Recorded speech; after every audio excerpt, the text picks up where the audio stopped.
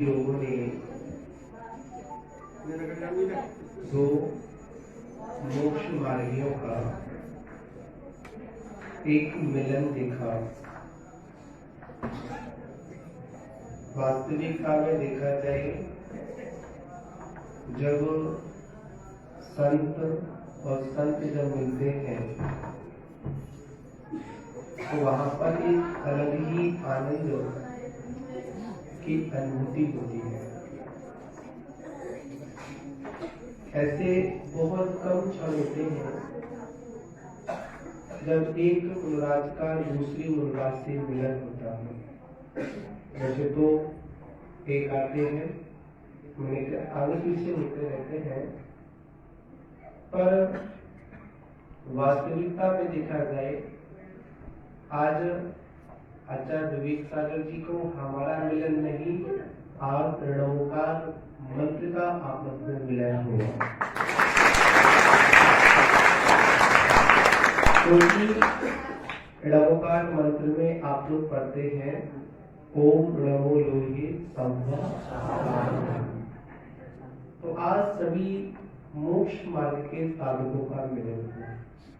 वैसे तो आचार्य को बचपन से जानते हैं लोग, इन्होंने मेरी क्षुल्लक अवस्था भी देखी, इन्होंने मुझे पढ़ाया भी है। जब भिंड में हम थे, 2003 की बात है, जब क्षुल्लक अवस्था में मैं था, उस समय आचार्य महाराज का सानिध्य मिला। उस समय आचार्य महाराज ने मुझे दिव्यतत्त्वा सूत्र का अध्ययन कराया था, मुझे याद है।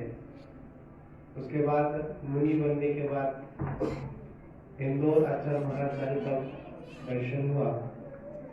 तो आज हम सभी लोग यहाँ पर बैठे हुए हैं, तो आपको गुरु महाराज की वाणी का श्रवण कर ही रहे हैं। तो मैं अब आचार्य महाराज के सामने क्या बोलूँगा, क्योंकि जब जिन्होंने मुझे छोटे से देखा हो, तो मैं इस सूरज के सामने अपनी इस छोटे से दीपक को कैसे कुछ कर सकता हूँ, क्योंकि जितनी मेरी उम्र है उसके समथिंग आचार्य महाराज की दीक्षा आई है। क्योंकि श्रेष्ठ आचार्य सुमति सागर महाराज से दीक्षित हैं। तो मैं आचार्य महाराज के चरणों में जब मुझे पता चला कि आचार्य महाराज विराजमान है, तो फिरोजाबाद के महावीर संगठन के लोग आए, तुम्हारा प्रवेश करना है। तो मैंने ये कहा कि नगर में प्रवेश कब करेंगे, तब गुरु महाराज का आशीर्वाद मिलेंगे तब करेंगे। तो तुरंत हमने कहा कि पहले आचार्य जी से मिलना होगा, दर्शन होंगे, उसके बाद आगे की ओर चलेंगे। और मैं तो इस जयनगर खेड़ा को जयनगर खेड़ा के नाम से कम जानता हूँ, जूनागढ़ के नाम से ज्यादा जानता हूँ। क्योंकि 2019 में जून के माह में शायद 10 जून थी, जब यहाँ पर आप लोगों ने महावीर नगर पंचकरण की उस शिलालेख की थी, जब यहाँ से नैननाथ भगवान की जब बारात निकाली, तो बड़ी ही ऐतिहासिक बारात थी, लोगों को कल्पना से भी परे थी। क्योंकि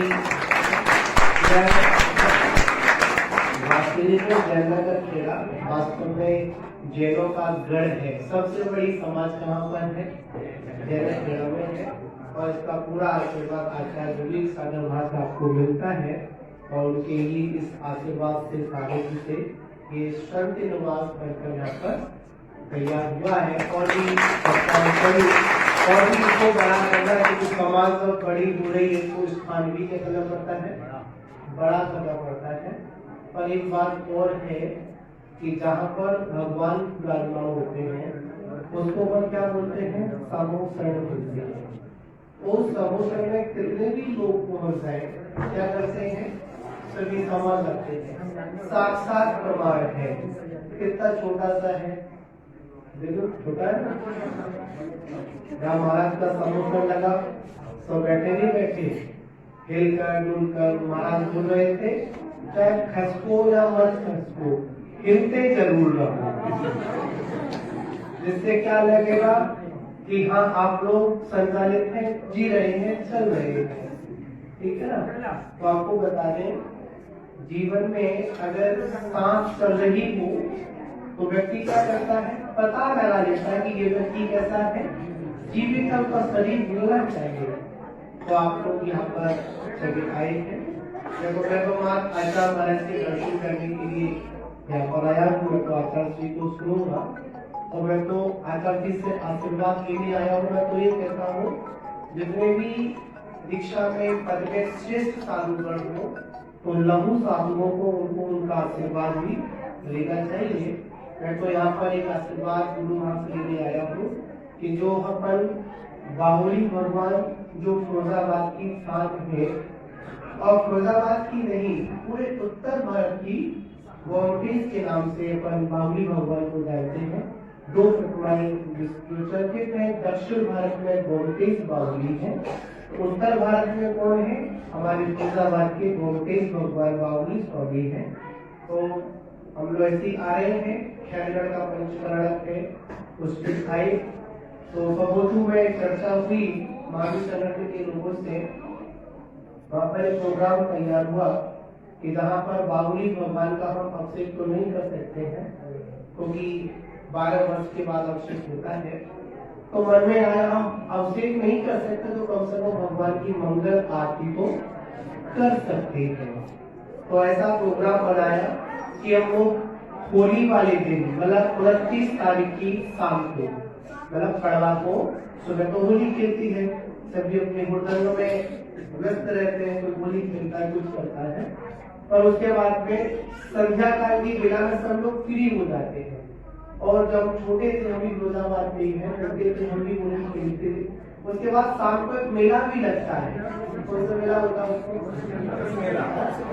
कंस का मेला भी बोलते हैं, ठीक है ना। तो सभी लोग वहां जाते हैं। आपको पता नहीं क्या चलन है, बहुत पुरानी बात बता रहा हूँ आपको। तो सोचा क्यों ना हम शाम की बेला में बाहुली संध्या वंदना और महा आरती का प्रोग्राम रखें। पर बच्चों ने बहुत सुंदर व्यवस्था उसकी लगाई है। तो मैं उसके लिए आचार्य कंवर से पहले तो आशीर्वाद मांगूंगा और ये कहूँगा आचार्य आप अपना सानिध्य भी प्रदान करें, क्योंकि जब महामंत्र का अवसर होता है तो जाने कितने साधुगण पहुंचते हैं, कितने आचार्य पहुंचते हैं। तो ये भी कोई गोमटेज से अपना कम नहीं है। तो मैं कहूँगा अपना सानिध्य और मंगल आशीर्वाद हम लोगों को दें, जिससे वो आयोजन फिरोजाबाद के और सभी सहयोगियों के सहयोग से और खासकर जयनगर खेड़ा के सहयोग से, क्योंकि ये जूनागढ़ है। कौन सा गढ़ है? जूनागढ़ है, ठीक है ना। तो मैं समस्त जूनागढ़ वासियों से कहूँगा और पूरे फिरोजाबाद समाज से कहूँगा कि अपन उस बाहुली भगवान की मंगल आरती में सभी लोग संध्या काल का समय 5:30 का रहेगा और उसकी व्यवस्था ऐसी बनाई गई है। बच्चों ने जो संगठन है, एक आपको दीपक भी दिया जाएगा। क्या दिया जाएगा? एक सुंदर दीपक दिया जाएगा और उस दीपक को वापस रिटर्न नहीं लिया जाएगा। वो दीपक आपको अपने घर पर लेकर जाएंगे, ठीक है ना। उसकी व्यवस्था के रूप में इन लोगों ने कुछ क्या रखा है, जो भी बता रहे हैं हमारे कमेंटकार अपना बोल देना। पैसे की बात मैं नहीं करूँगा, मैं व्यवस्था करने की बात करूँगा, ठीक है ना। पैसे की बात को पकड़वा लीजिए।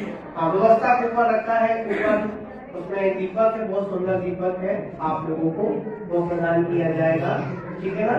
तो मैं आप लोगों से यही कहूँगा और आचार्य महाराज से कहूँगा आप अपना सारे